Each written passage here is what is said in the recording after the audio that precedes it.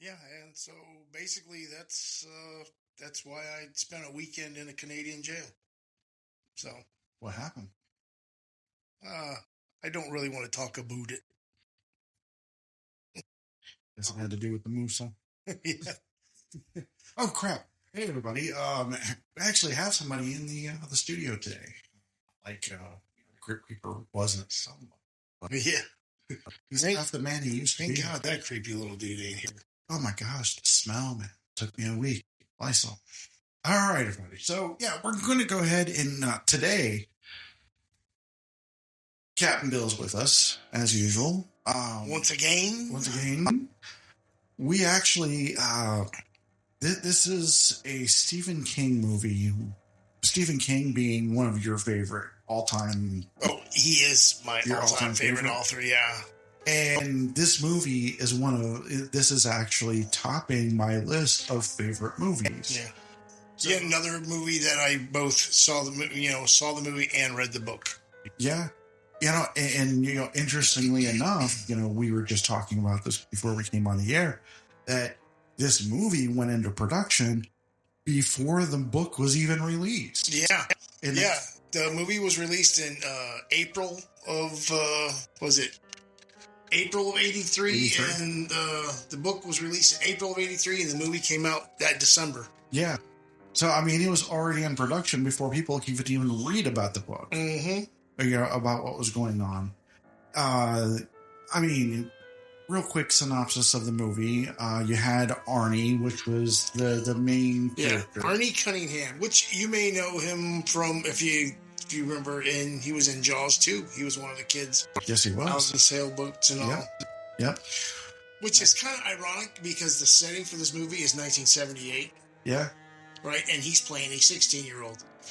In Jaws 2, which came out in 1978, he actually was 16.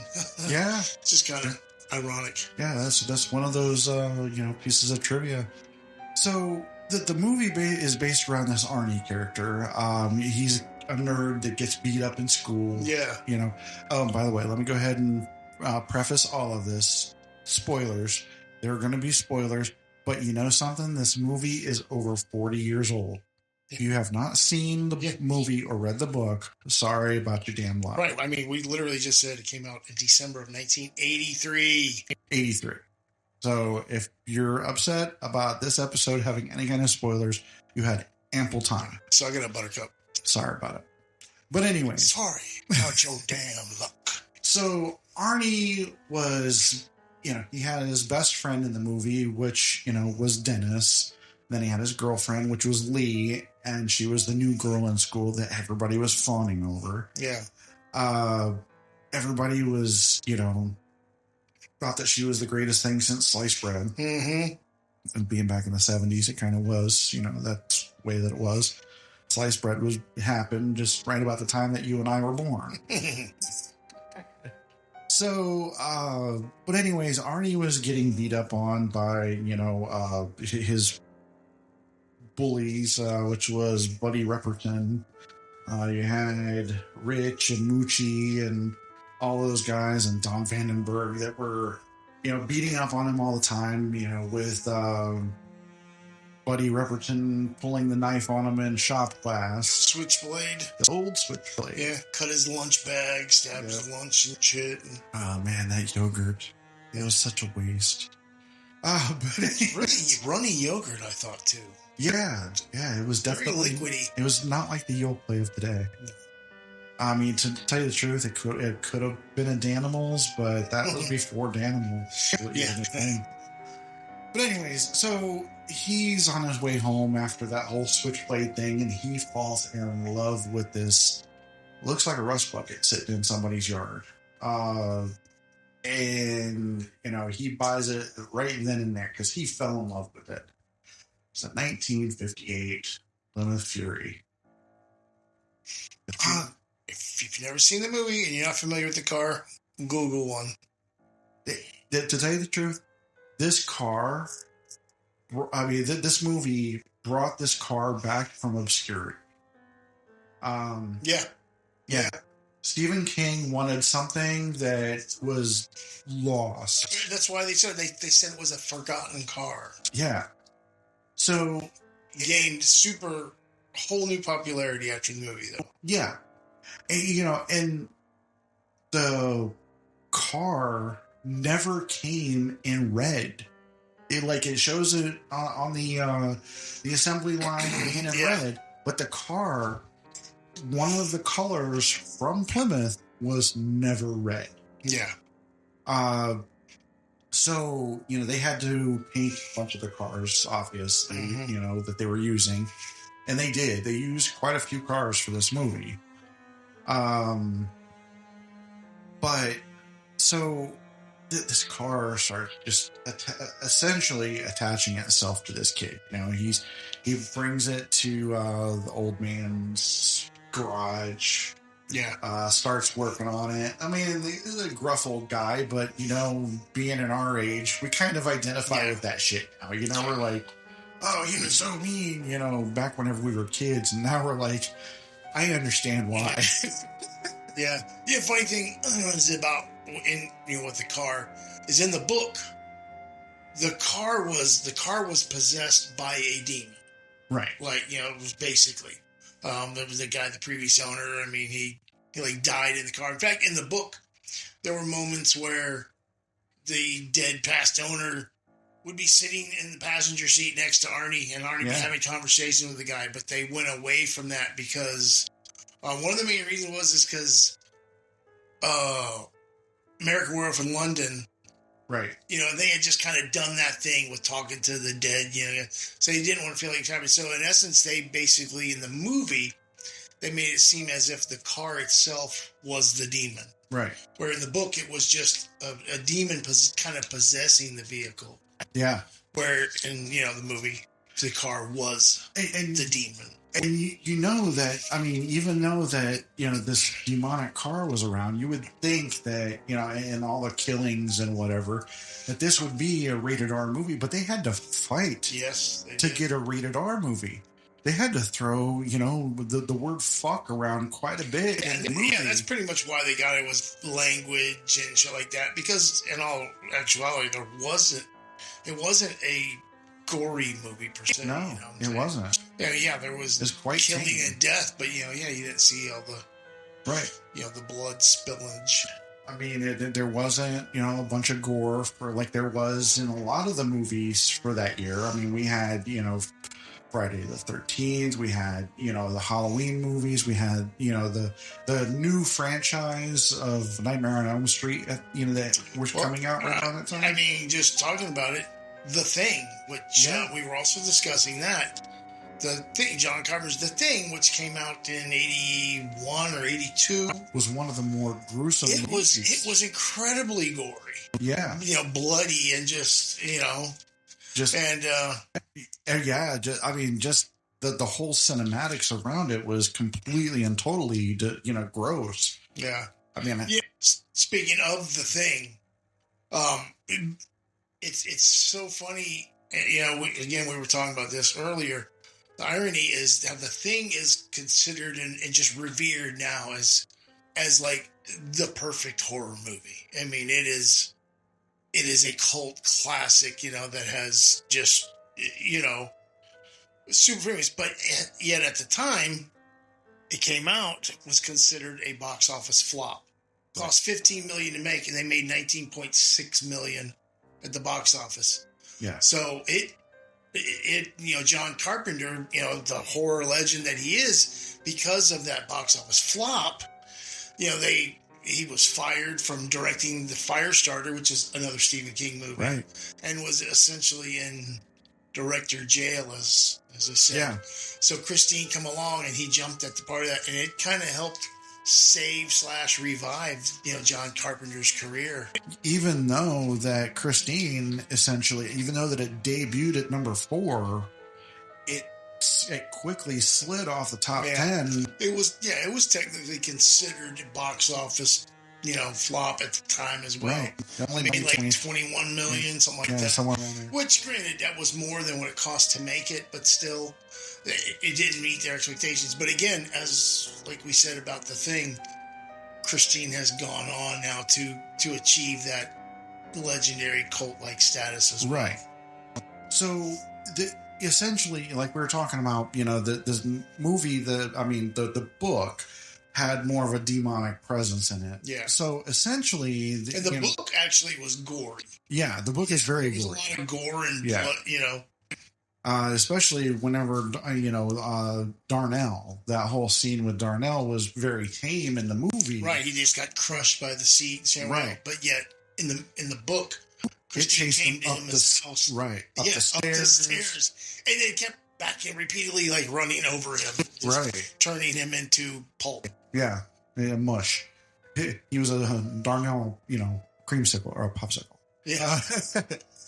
But anyway. Darnell smoothie. So the movie basically revolves around this car that, in itself is, an entity. There was one iconic scene from the movie when these, hoodlums break into the garage and beat the holy living shit out of his car. Mm-hmm. Took a shit on the dashboard and everything. Oh, yeah. I mean, stabbed, ripped up the seat, smashed all the windows. Smashed the radio. Just totaled the car. Right. So And it was because of that we learned of what Christine was. Exactly. So, Arnie is, looking at all of his lost work and, all of the love that he put into this car. And, he was like, we'll come back from this, baby, and when he's talking to the car as if it's, the love of his life. Right. And he turns around and you hear this metal crinkling in the background. He turns back around and now something had been repaired. Right. It was the air filter on the top. That was it. So the air filter was magically, pristine again. Yeah. And so he learned at that particular point, this car's alive. That's when he utters the line. Yeah. Show me. And the lights come on. And the car starts rebuilding. Fun fact about that. Yeah. Because CGI wasn't a thing in 1983. The practical effects were great. So what they did to make that scene is they had a car that had like a flexible skin, body panels on it, and they had hydraulics inside the car, and they used the hydraulics to crush in the car. But then on film, they just ran that in reverse. So it looked like the car was now, reshaping itself. Right. And that's kind of how they did it, which is kind of cool. Again, I like that better than CGI. Yeah, like I said, anytime you can use practical effects. Exactly. So, I mean, all of these practical effects, oh my gosh, after that happened, you've got, the scene where, he's driving around town and you see the look of shock on, these bullies' faces. And the one kid that broke the radio and, slashed all of the seats and stuff, he gets out. I guess he was hitchhiking. So he's talking about the one who ran down the little narrow alleyway thing? Yeah. I love that scene. So it's like, he gets out, of the ride, and, he turns around and you see off in the back alleyway, you see Christine just sitting there, bright red, lights off, just sitting in the moonlight, just eerie as all get out. And then all of a sudden the car starts up and you hear this eerie 50s music just start playing. And then you see the car slowly drive around. And then it comes around the corner. And, the bully, oh yeah, that was Moochie. Moochie was looking at the car and he's trying to, squint. He's like, Cunningham, is that you? And he starts screaming at the car and stuff, and all of a sudden the lights come on. Yeah. And the car starts speeding towards him, and he's like takes off running. It was hilarious because I was watching this with Oliver, and Oliver was like, so he's going to run in a straight line in front of the car. So, 14 years old, he gets it. So anyways, he goes, he runs, he jumps over a barrier, the car scrapes the barrier, and and then he starts running around, trying to get away from the car. And goes down into this little tight alley, and he breaks out a switchblade, and he's like, I'm gonna cut you, I'm gonna get you back, kind of thing. And the car comes up to the alleyway, and it's like this little loading dock. All right, yeah. I mean, the car was wider than what the alleyway was. Yeah. And he thought he was safe. He thought he was safe. Little did he know he was not dealing with Cunningham. He was dealing with a demonic car. Yeah. Well, in defense of that, this is something I remember seeing about. If you remember watching, whenever Christine was doing all the tag, the windows all the way around the car were blacked out. Yeah. Could not see. But like when they would show, the car, like when Richie was in it, and when they wanted you to see, they weren't blacked out. Yeah. And I mean, obviously, they were blacked out, so you don't see the stunt driver driving. But they used that, they said, because it kind of left it to your own idea. Was it the car driving itself? Right. Or was Arnie in the car doing the driving when all this shit was happening, behind the wheel of said possessed car? Right. You don't really know. Yeah. Because it was blacked out. So they kind of, use that to give that sort of, feel. Right. But... So this car just I seem to believe, I'm of the opinion that the car was driving itself. Oh, me too. I mean, to me, it's more of a... that ghostly thing. It becomes, an embodiment of horror, kind of like Jason and Michael Myers. And, Christine was its own entity. Right, yeah. So I love to believe that too. I mean, that's where I'm at. But this car being wider than that alley just hits the gas and then just pushes itself and then cuts this kid in half. You don't see it cutting him in half. You just kind of assume because the camera just pans in on this kid's chest. So once again, practical effects, leaving up to imagination, and obviously they've got, the gratuitous cop that, thinks that he's this badass, Harry Dean Stanton. That goes ahead and, he asks where Arnie was the night before because, one of his bullies was cut in half. So Arnie doesn't know and you can tell there's actually this transformation that's happening in Arnie. And now he's turning into this kid that, I don't care, get out of my face kind of thing. Oh, yeah. I remember the scene where he's sitting at dinner with his parents, Yeah. How he's just being and... Yeah. After his car got destroyed, and they're like, oh, well, we're going to buy you another one. He was like, fuck your car, fuck that car. And I'm like, Dad, goes after him and he's like, I'm tired of your disrespect. And then Arnie grabs him by the throat. Yep. And is like, oh, damn. Gives him the old slap on the cheek, Yeah. Goes upstairs. And you can tell, there's this visible thing, that's happening to this kid. You know what? I got to hand it to the kid. The kid who was the actor. I think his real name was Gordon something. I can't remember. Keith Gordon. Keith Gordon, yeah. Yeah. He really did a good job. Oh, he did an amazing job. He was very, when he was... in his shit, he was kind of creepy. Yeah. And they even said that he kind of had the makeup people kind of, hollow the eyes out, darken up around the eyes a little bit. He gave, because he had that look, and then, especially when he was in the car, you had the glow, that green glow of the radio on his face. And, yeah. I remember those days, old Impalas and stuff like that. They had that green glowing dashboard, and after Christine, it's I was afraid to get into those cars, Yeah. Yeah. Speaking of being afraid of cars, the scene with the girlfriend at the drive-in when she's when she's being choked out, and Christine, it's all bright lit up inside. Yeah. She was legitimately she had a fear of cars. Really? She was it was just something about being locked in. She had this fear, so.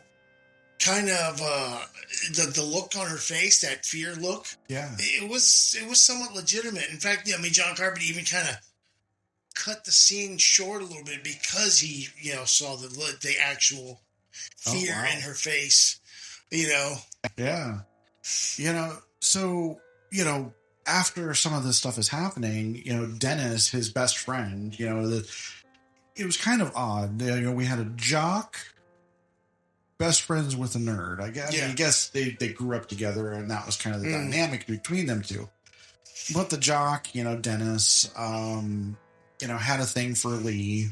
And one of the cut scenes, there was a scene where they were, talking and about how they were worried about Arnie and then how they wish they'd have met each other first. Right. They start making out. Well, in the background, you see Christine pulling up. Yep. You see Arnie taking a, look at this. Yeah, he gets out, Sam down, calls him a shitter. Yeah. That was his word.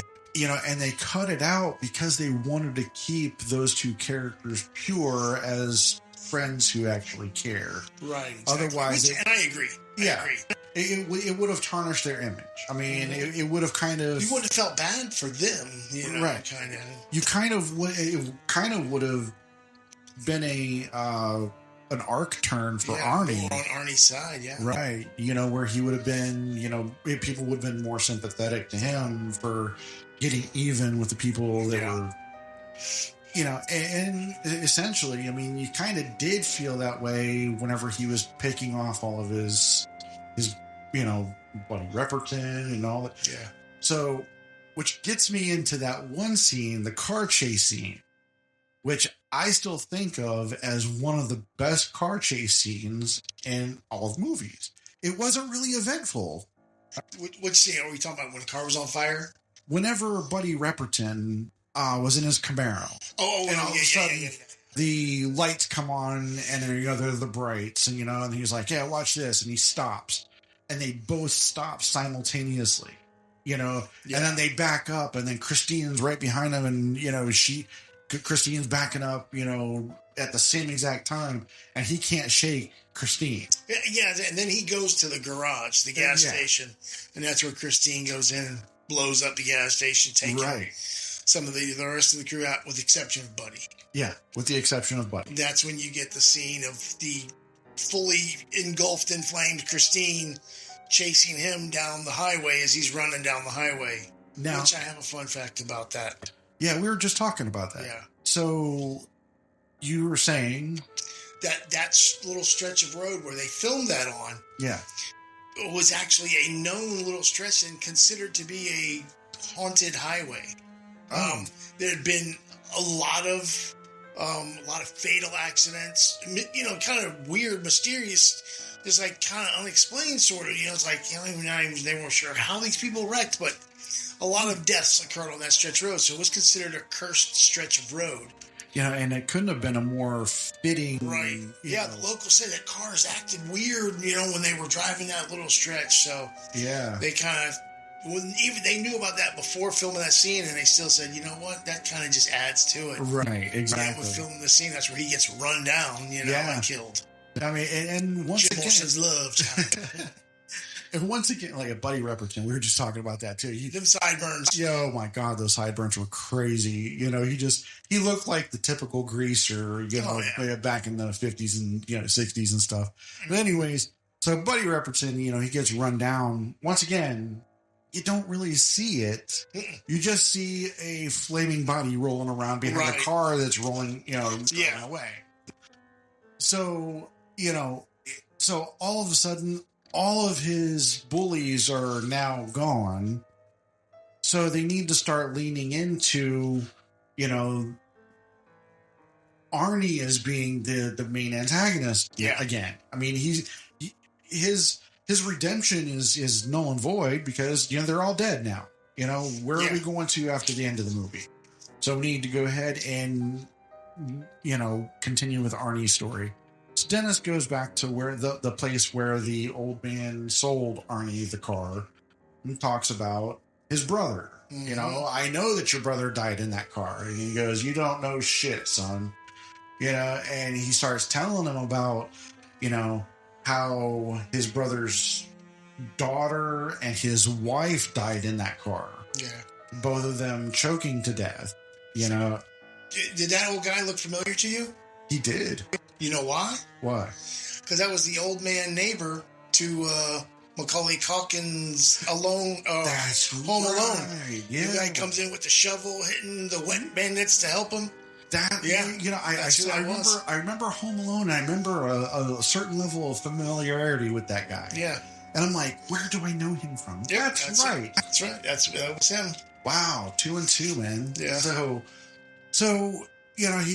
find out the whole backstory behind Christine at that particular point. Now Dennis knows, and now Lee knows. Part that was in the book, all that stuff, and that's kind of why I was saying earlier that the car was possessed by this evil spirit of his brother. Right. Yeah, kind of was possessing the car, not the car being, the actual evil. Where they, like you said, coming off the assembly line, it was evil from, birth, conception. So, it was in the book. It was the spirit of this old man's brother. Boy, even before he even bought the car, that whole assembly line stuff, with the quality assurance guy that got his hand, up underneath the hood, and then the old black guy that was killed there, that died in the car. They knocked ashes onto the seat, the car crushed him or something. You don't know exactly what happened to the old black guy, just that, he was dead in that car. Yeah. So, but anyways, after the scene where, the old guy tells the backstory and whatnot, and you got, Arnie is fully leaning into this, this possession thing now. Yeah. And, he's just, he comes, to the football game for his buddy Dennis there. And then, him and Lee are making out, and the car is perfectly fine again. And, he's playing football, and, he gets like a really bad injury, and he goes into the hospital. Well, later on, Arnie picks up Dennis from the hospital, and they go on this fucking, trip or wherever. They're just hauling ass down the road. Yeah. He's scaring Dennis. Scaring Dennis. He's like, here, man, don't you drink anymore? Kind of thing. And he was sitting there drinking, and he's like, don't you throw up in here? Christine doesn't like that. Yeah. And don't get on the seat. Yeah, don't get any on the seat. So, they're hauling ass doing 100 miles an hour in this old Plymouth, and, they're crossing over and they're driving in the opposite lane again, head on. And of course, Christine, being Christine, make sure that nothing happens to him. So, but yeah, then all of it, after that, then Lee and Dennis are coming up with a plan to basically do something with Christine. And I think, watching this movie with Oliver, this is what upset Oliver the most, is that whole ending scene. He did not want that to happen to Christine. That was, they had used a lot of cars, and some of them, didn't, even motors, weren't drivable. They just, used for the look, for see whatever, for shit. Right. That one, they couldn't use, the fake body panels. They needed everything to be authentic, to look real and look right. Right. When it gets crushed. That was an actual, perfectly good, drivable, good running engine, car that they crushed. They said a lot of people on set just were so sad to see them actually destroy. Right. An actual good running one, perfectly good car. But, so, one thing about the car, if you watch it, you may notice that it really had the sound of the car itself, like the motor, the engine. It almost sounded, evil, kind of. Right. It's because that wasn't just a regular car. That was a blending. Yeah. Of 3 different breeds. It was a Mustang. It was a 70 Mustang. Like a 1960s Charger and a Chevy Big Block. Yeah. And they kind of meshed them all together to get that just wicked sounding rumble because Yeah. you know, Yeah, the 'cause that 58 car- Fury didn't sound like that. Right. It did not sound. I mean, it was. It made the car sound alive. Yeah, it really did. So, yeah, I'm glad that you brought that up because that was one of the other things that that I remember about the movie. Just odd trivia, you know. And so, like at the end of the movie, Lee and Dennis come up with this plan to lure Arnie to the Darnell's garage, Mm-hmm. which at this point, because you know Darnell's dead. Christine killed Darnell. Because he saw Christine coming in after the whole, you know, fire stuff. Yeah. So he goes ahead and he sits in the car and driving in by itself and backing in and parking into the spot. Yeah. And there's nobody in the car. You know, so Christine goes ahead and crushes him. I think he has shotgun. He's gonna, you know. Yeah.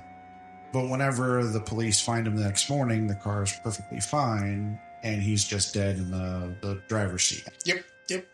So, anyways, so you know, going back to Darnell's, you know, it's being cleared out because, you know, he's dead. There's nothing in there anymore. So they go ahead and they scratch into Christine's paint Darnell's garage tonight. And so, I mean, obviously Christine and Arnie show up, you know, and at this particular point, he's in that makeup with his eyes sunken in and, you know, the green looking glow. pale and pasty and yeah. So, you know, their big plan was to crush the car, you know, so she was supposed to get out and go hide in the office and slam the door shut whenever Christine comes through the door. And they're supposed to go ahead and start crushing the car. Mm-hmm. Well, apparently Arnie and Christine had other plans. So as she gets out to walk towards the office, underneath of all of this garbage is Christine laying in wait. Mm-hmm. You see the lights come on and it starts hauling ass towards Lee, and Lee has to run. Someone grabs the thing, you know, car. And so, I mean, and the office is locked so that she can't shut the door. And then the tractor stalls out. I mean, everything that can happen wrong for them happens wrong for them. Yeah. So they wind up ultimately. They get to the point where she gets into the office because Christine crashes into the office and takes out a whole wall. Yeah, and that's when Arnie comes through the windshield because he didn't buckle up. He did not buckle up, kids. That's one of the big reasons. Watch that movie. Seatbelt saves lives. Yep, seatbelt saves lives. Anyways, so Arnie dies, has this dramatic scene, and Christine starts playing this "I Will Always Love You" song from, you know, the 1950s. The Dolly Parton version, I think. I don't think it was the Dolly Parton version. That was who originally did that song. Just Dolly Parton. Yeah. It might not have been that song, but yeah, it'd be some kind of... Yeah. I mean, you know, basically she was... in remembrance type song. She was so, you know, distraught that, you know, her one true love was dead. And you see his hand reaching out and, you know, caressing the V emblem for the Fury, and then it's, you know, goes limp.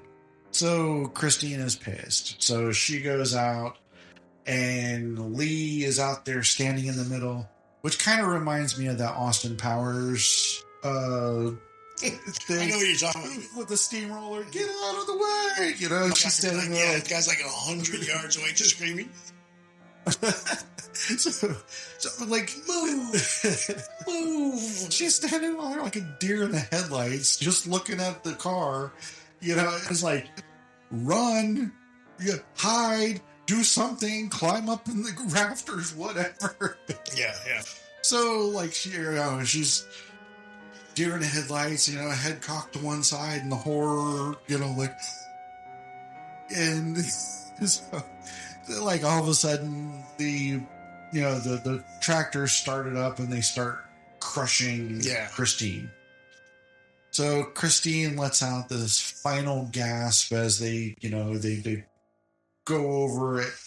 Then you see the light on the radio, flickers and then fades out. And then the front grill kind of all of the steam comes from the, and you hear Christine go, and almost like that final exhale.